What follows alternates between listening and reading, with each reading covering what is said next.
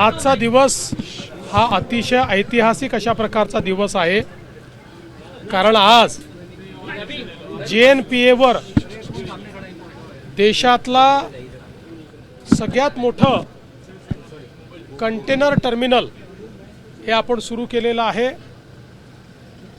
जवळपास 4.8 million TEU एवढी capacity असलेलं हे टर्मिनल देशातलं सगळ्यात मोठं टर्मिनल आहे। आणि हे टर्मिनल सुरू झाल्यामुळे आता देशातली सगळ्यात मोठी कॅपॅसिटी ही महाराष्ट्रामध्ये तयार झालेली आहे। आणि आता महाराष्ट्राने देशातल्या सगळ्या राज्यांना मागे टाकलेलं आहे। आतापर्यंत गुजरातमध्ये 8.2 मिलियन TEU एवढी कॅपॅसिटी होती, जी सर्वात मोठी होती। आता महाराष्ट्रातली आपली कॅपॅसिटी किंवा JNPAची कॅपॅसिटी ही 10 मिलियन TEU एवढी झालेली असल्यामुळे आज आपण देशामध्ये नंबर 1 झालेलो आहोत।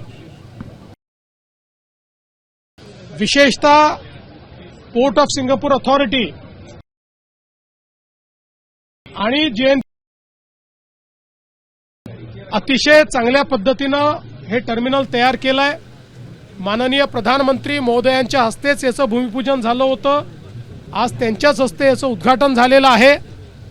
महाराष्ट्राच्या अर्थव्यवस्थेला एक मोठा बूस्ट या टर्मिनलच्या माध्यमातून होणार आहे आणि देशाच्याही पोर्टलेट डेव्हलपमेंटमध्ये याचा एक महत्त्वाचा वाटा असेल। आणि जी काही ग्लोबल सप्लाय चेन आहे त्याच्यामध्ये भारताची आणि महाराष्ट्राची हिस्सेदारी ही यामुळे वाढणार आहे।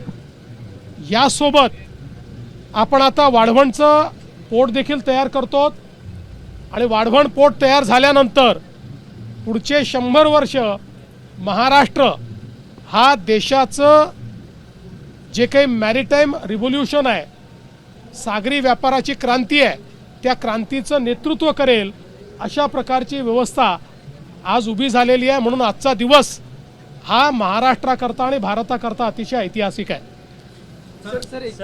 जे GST काउन्सिलने जे रिफॉर्म्स केलेले आहेत त्याचं आम्ही स्वागत करतो। देशाचे प्रधानमंत्री नरेंद्र मोदीजी यांच्या दूरदृष्टीने वन नेशन वन टॅक्सच्या रूपानं GST सुरू झाला। GST सुरू झाल्यापासनं देशामध्ये GSTचा लीडर महाराष्ट्र राहिलेला आहे। महाराष्ट्र सर्वात जास्त GSTत कॉन्ट्रीब्यूट करतो आहे। महाराष्ट्राने जबरदस्त GSTचा ग्रोथ रेट राखलेला आहे। याही महिन्यामध्ये सर्वाधिक कलेक्शन महाराष्ट्राने केलेलं आहे। आणि ज्यावेळी सेकंड जनरेशन रिफॉर्म्स हे आणण्याचं प्रधानमंत्री मोदयांनी घोषित केलं, हे जे काही रिफॉर्म्स आहेत हे अत्यंत महत्त्वाचे आहेत, कारण काही स्लॅब्स काढून टाकण्यात आलेले आहेत आणि बहुतांश गोष्टी या खालच्या स्लॅबमध्ये आणण्यात आलेल्या आहेत। म्हणजे एक प्रकारे लोकांवरचं GSTचं बर्डन हे कमी करण्याचं काम हे मोदीजींनी केलं आहे। देशाच्या इतिहासात असं फार कमी होतं की अशा प्रकारचे जे काही इनडायरेक्ट टॅक्सेस असतात त्या टॅक्सेसमध्ये इतका मोठा स्वीपिंग रिफॉर्म हा शक्यतोवर पाहायला मिळत नाही, पण तो मोदीजींनी केला आणि त्याला काल GST काउन्सिलने मान्यता दिली। आणि मला सांगताना आनंद वाटतो, महाराष्ट्राने या रिफॉर्म्सचं GST काउन्सिलमध्ये पूर्ण समर्थन केलं। आणि ज्यावेळी GST रोल आउट झाला त्यावेळी लोक म्हणायचे की अडचण होईल, पण ती झाली नाही। आताही मला विश्वास आहे की याच्यामुळे व्यापाराला खूप मोठ्या प्रमाणात फायदा होईल, व्यापार बूस्ट होईल, नवीन रोजगार निर्मिती होईल, लोकांवरचा बोजा कमी होईल आणि अर्थव्यवस्थेला प्रचंड मोठी चालना मिळेल।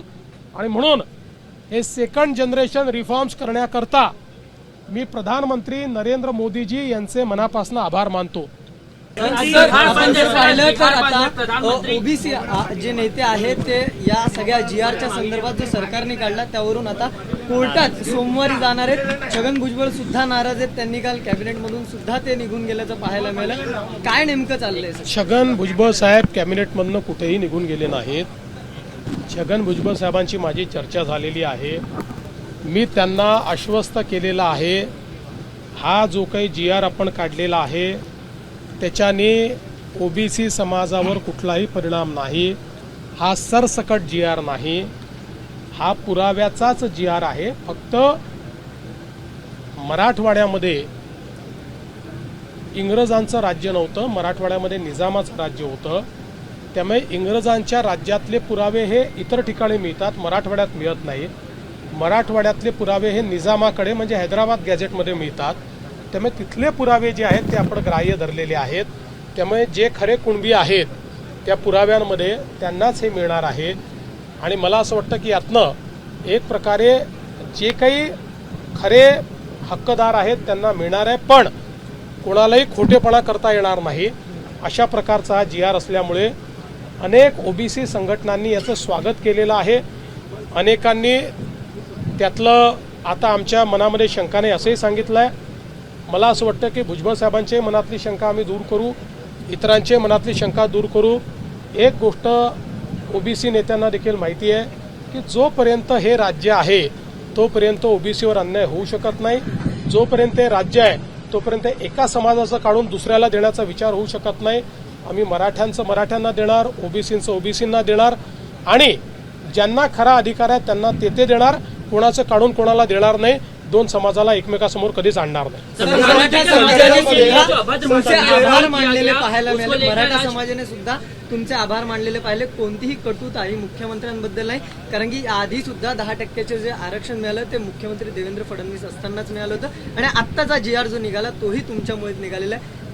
काय म्हणा? मी त्यांचे आभार मानेन आणि मी त्यांना सांगू इच्छितो की अनेक वेळा समजुती गैरसमजुती होतात. अनेक वेळा काही लोक जाणीवपूर्वक गैरसमजुती तयार करतात. पण आम्ही जे काही राजकारण शिकलो त्या राजकारणामध्ये पथका अंतिम लक्ष्य नहीं है, सिंहासन चढ़ते जाना, सब समाज को लिए साथ में आगे है बढ़ते जाना, हे आमचं ब्रीद वाक्य आहे. त्याच्यामुळे सगळ्यांना सोबत घेऊन आम्हाला पुढे जायचं आहे. मराठा समाज एक महत्त्वाचा समाज आहे. या महाराष्ट्राच्या जडणघडणीमध्ये एक मोठं कॉन्ट्रीब्युशन दिलेला हा समाज आहे. त्यामुळे या समाजाचं कल्याण झालंच पाहिजे. पण त्याचसोबत आपल्या ज्या 18 पगड जाती आहेत ज्यांनी स्वराज्यामध्ये छत्रपती शिवाजी महाराजांचे मावळे म्हणून त्या ठिकाणी या आधी गुन्हे झाले ते मागे घेण्याचं सरकारने म्हटलं होतं. आता पुन्हा 9 गुन्हे जे आहेत ते दाखल झाले. आताचे जे गुन्हे आहेत ते माननीय उच्च न्यायालयाच्या आदेशानुसार दाखल झालेले आहेत. त्यामुळे त्याच्यावर जो काही निर्णय आहे तो उच्च न्यायालयाच्या निदर्शनास आणूनच आम्हाला घ्यावा लागेल. तमाम ऐसे नेता है वो इस पर शक पैदा कर रहे हैं, कैबिनेट छोड़ करके देखिए, कोई क्लियरिटी अगर आप दे सके तो. कोई कैबिनेट छोड़कर गया नहीं, सारे कैबिनेट में है और सभी ओबीसी नेताओं को हमने स्पष्ट किया है हमने जो GR निकाला उसका ओबीसी पर कोई असर नहीं है. हमने सबको ओबीसी में डाल दो इस मांग को स्वीकारा नहीं है. हमने जिनके पास वैलिड एविडेंस है उन्हीं को ओबीसी में आने का हम लोगों ने एक जरिया तैयार किया है.